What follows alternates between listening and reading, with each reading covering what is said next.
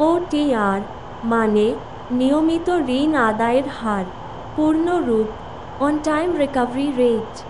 সংজ্ঞা: শাখা নির্দিষ্ট সময়ে মোট যে পরিমাণ ঋণ আদায় হওয়ার কথা তার কত শতাংশ আদায় হয়েছে তার হিসাবেই হল ওটিআর।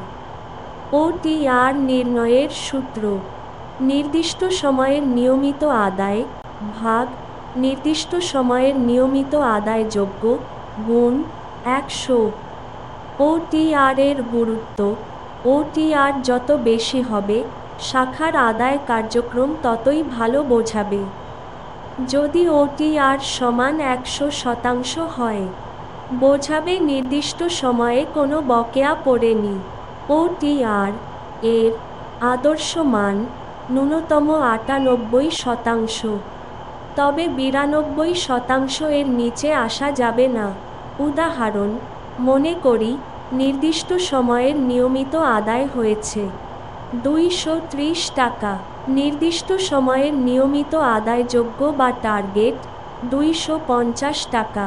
তাহলে ওটিআর হবে 230/250 গুণ 100 সমান 92%। সকলকে ধন্যবাদ। আমাদের চ্যানেলটি সাবস্ক্রাইব করবেন।